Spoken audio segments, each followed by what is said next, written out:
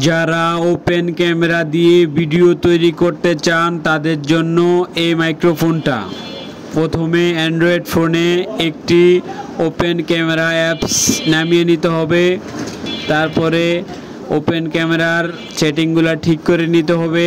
তারপর এই যে প্রথম পার্টটা মোবাইলের ভিতরে ঢুকিয়ে দিতে হবে। তারপরে এই স্পিকার দিয়ে কথা বলা যাবে।